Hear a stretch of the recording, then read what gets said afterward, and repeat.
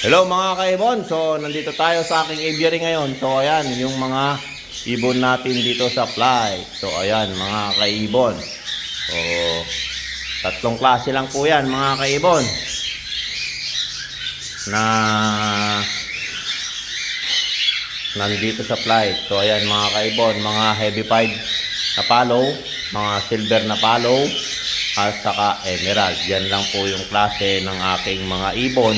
At mga split ng palo, saka split ng emerald. So, at saka silver line. So, ayan mga kaibon, tignan natin tong unang light natin. So, nandito yung mga saddleback na palo, saddleback na split ng palo. May emerald na isang pares dito. Ayan, mga ganyan ang available natin. May lace wing din na badge rito na isang pares. So, ayan mga kaibon. So, nandito mga heavy pied na split palo. May isang nahalo dito na double factor. So, gamitin natin yan. So, ito mga ganyan. Ang nandito na sa first flight. So, ayan. Ayan, saddleback na palo. Yung pair po yan, dalawa na yan. So, pinagpahinga ko lang yan. Breeder na yan. So, ayan, mga palo na silver line o saka palo na heavy pied line. So, may nahalo palang silver line dito mga kaibon.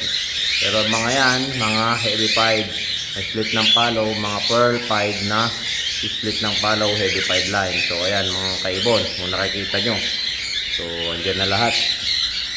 So ayan, palo na orange stick pied, heavy pied line mga kaibon. So ito naman,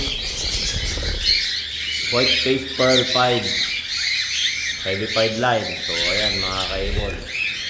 So tignan natin yung nasa taas yun. Ang gaganda nila oh. So ayan mga kaibon. So ayan yung nasa first flight natin.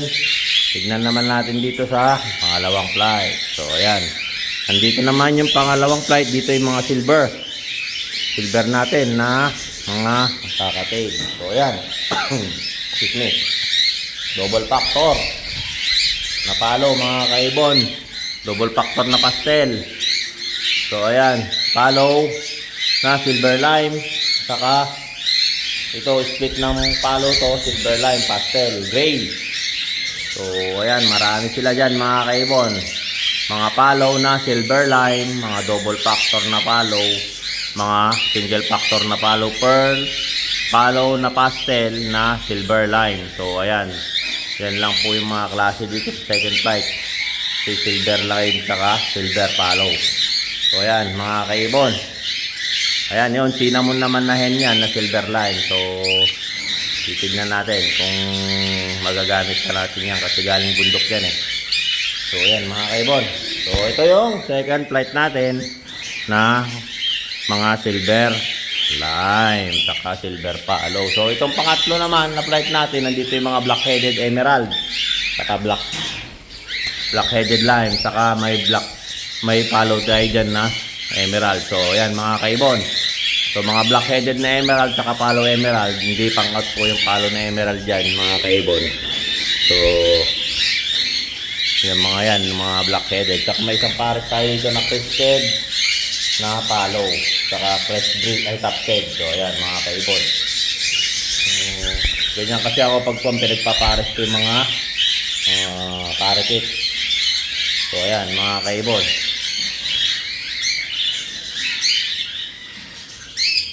At dito naman may fourth flight pa tayo mga kaibon. Tingnan natin yung fourth flight natin. O ito, dito naman tayo sa fourth flight. So ayan yung fourth flight natin. Ito yung last na binaba natin mga kaibon. So silipin natin sa loob. So ito ay mga palo din mga kaibon. So tingnan natin.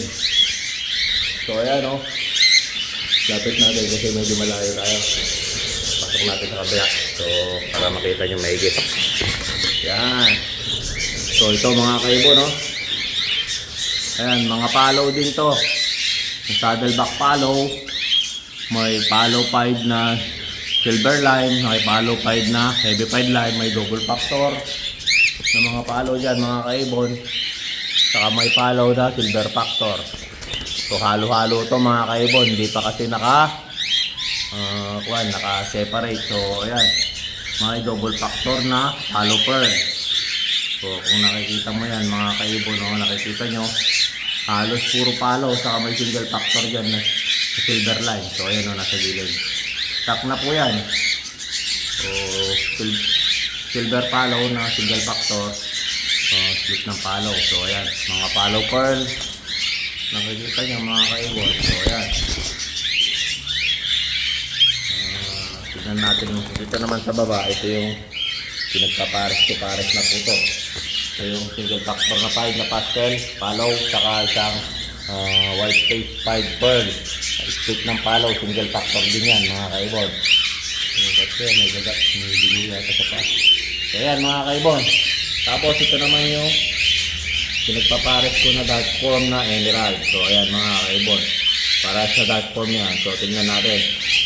Naka-test bed na yan. So, may nesback na. Nilagay ko na, mga kaibon. So, ayan, mga kaibon. So, nakita nyo na yung mga alaga. So, ayan muna tayo ang update. So, by next week, kukuha na tayo, mag-harvest ulit. So, marami na sa loob. So, don't forget to subscribe my YouTube channel, Warren Palakpak Kaibon, at ang aking Facebook page, Warren Palakpak Kaibon, at ang aking Facebook, Warren Palakpak, Mr. Tigasin. So, hanggang sa muli, mga kaibon. Paalam!